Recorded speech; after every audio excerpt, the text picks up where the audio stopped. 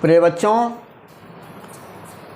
आज हम हिंदी विषय में कक्षा 11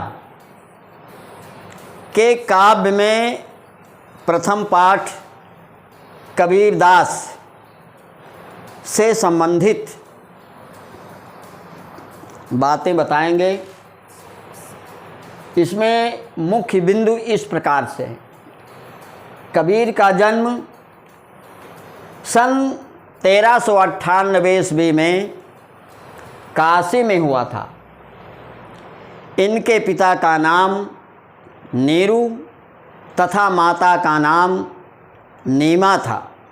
इनकी पत्नी का नाम लोई, पुत्र का नाम कमाल और पुत्री का नाम कमाली था। इनकी मृत्यु सन 1518 ईस्वी में मगहर में हुई थी। कबीर के जन्म के विषय में कहा जाता है, गुरु रामानंद ने एक विधवा ब्राह्मणी को भूलवश पुत्रवती होने का वरदान दे दिया, तो उस विधवा ब्राह्मणी ने पुत्र होते ही लहर तारा नामक तालाब के किनारे छोड़ दिया। नीरू और नीमा दाम्पत्य तालाब के किनारे गए, बच्चे को रोते हुए देखा, उठा लिया, अपने घर लाए और उसका पालन पोषण किया। कबीर पढ़े लिखे नहीं थे, किंतु उनकी वाणी का संकलन उनके शिष्यों ने किया। कबीर के गुरु रामानंद थे। पहले तो रामानंद ने इन्हें शिष्य बनाने से इनकार कर दिया, किंतु जब इनकी सच्ची निष्ठा और लगन को देखा तो अपना शिष्य इन्हें बना लिया और उन्हें दीक्षा दी। कबीर पढ़े लिखे नहीं थे, जैसा कि इन पंक्तियों से स्पष्ट होता है। मसी कागद छुयो नहीं, कलम गह्यो नहीं हाथ। इससे स्पष्ट होता है कि कबीर पढ़े लिखे नहीं थे। कबीर ने जिस समय देखा कि समाज में बहुत सी कुरीतियाँ, जैसे जात पात, ऊंच नीच, हिंदू मुस्लिम, मूर्ति पूजा, माला जपना, ये बहुत से आडंबर उस समय समाज में व्याप्त थे। कबीर ने उनको दूर करने का प्रयास किया। ये घूम घूम कर नगर नगर, गांव गांव में समाज सुधारने का काम करते थे। हिंदू अपने को बड़ा मानते थे, मुस्लिम अपने को बड़ा मानते थे। कबीर ने उन दोनों, हिंदू और मुस्लिम दोनों के लिए फटकार लगाते हुए कहा, अरे ई दोऊ राह न पाई, हिंदू आपन करे बड़ाई, गागर छुए न देई, वैश्या के तर पायन तर सोवे, यह देखो हिंदुआई। मुस्लिम केरी पीर औलिया, मुर्गी मुर्गा खाई, खाला केरी बेटी ब्याहें, घर हिम करें सगाई, अरे ई दोऊ राह न पाई। मुस्लिम लोग मस्जिद में माइक लगा के जोर से अल्लाह अकबर पुकारते हैं। हिंदू भी कम नहीं, रामायण कथा तक माइक से कही जाती हैं।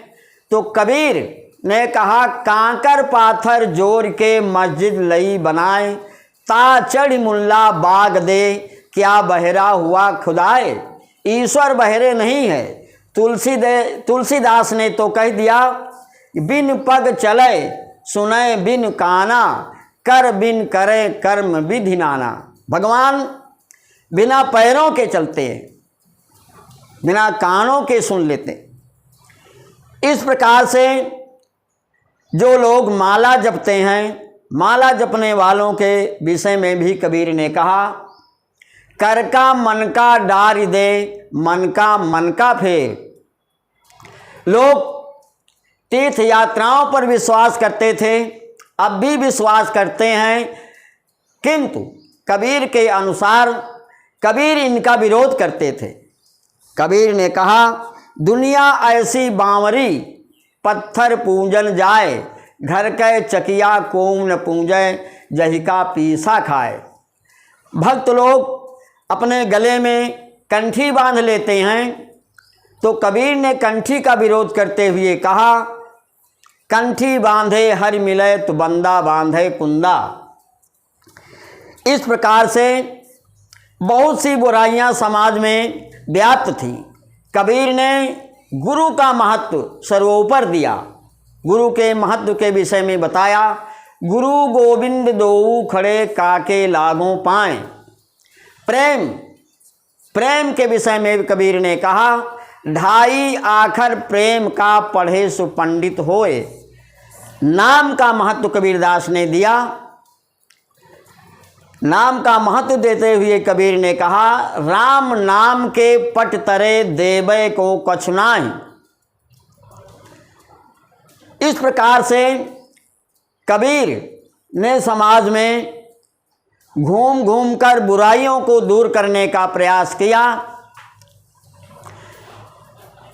ये काशी में लोग कहते थे कि जो काशी में लोग मरते हैं सीधा बैकुंठ लोक को जाते हैं।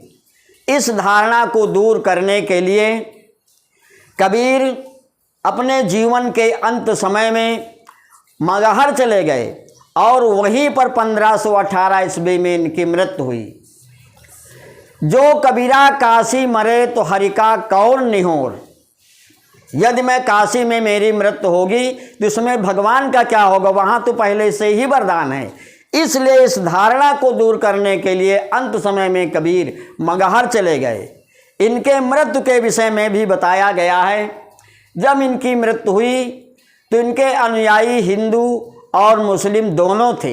ये दोनों लोग आपस में झगड़ा करने लगे। हिंदू कहने लगे मैं इनका दाह संस्कार करूँगा, मुस्लिम कहने लगे मैं दफनाऊँगा। ये झगड़ा बढ़ता रहा। तो जब लाश के ऊपर से कफन उठा के देखा गया तो उसमें लाश नहीं थी, फूल थे।